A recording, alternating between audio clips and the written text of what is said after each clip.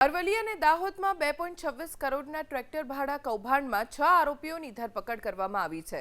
આરોપીઓ ખેડૂતોને મસમોટું ભાડું આપવાની લાલચ આપી કરાર કરાવી લેતા હતા, જે બાદ વિવિધ જિલ્લાઓમાં ટ્રેક્ટર વેચી મારતા। 6 આરોપીઓ પાસેથી 43 પૈકી 20 ટ્રેક્ટર, 10 ટ્રોલી, એક જેસીબી સહિત 1.21 કરોડથી વધુનો મુદ્દામાલ કબજે કર્યો છે। આરોપીઓએ કુલ 2.26 કરોડના વાહનો ખેડૂતો પાસેથી પચાવી પાડ્યા હતા। આરોપીઓ ખેડૂતો પાસેથી ટ્રેક્ટર લઈ ગયા બાદ બનાવટી દસ્તાવેજો બનાવી ગીરવે મૂકી દેતા હજુ આ કેસમાં 5 આરોપીઓ ફરાર છે, જેમની શોધખોળ ચાલુ છે।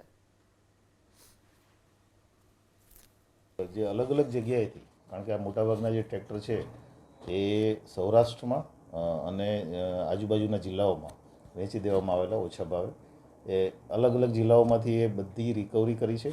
અત્યાર સુધીમાં ટોટલ અમે 20 ટ્રેક્ટર, એક જેસીબી અને 10 ટ્રોલી રિકવર કરી શક્યા છીએ।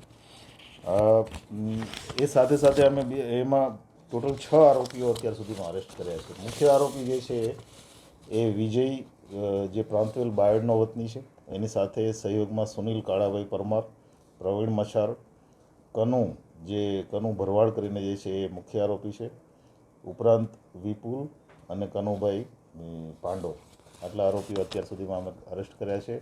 આરોપીઓના 3 દિવસના રિમાન્ડ ઉપર છે। ટોટલ બંને પોલીસ સ્ટેશનમાં થઈ અને અમે લગભગ 4 કરોડની મુદ્દામાલની રિકવરી કરી છે।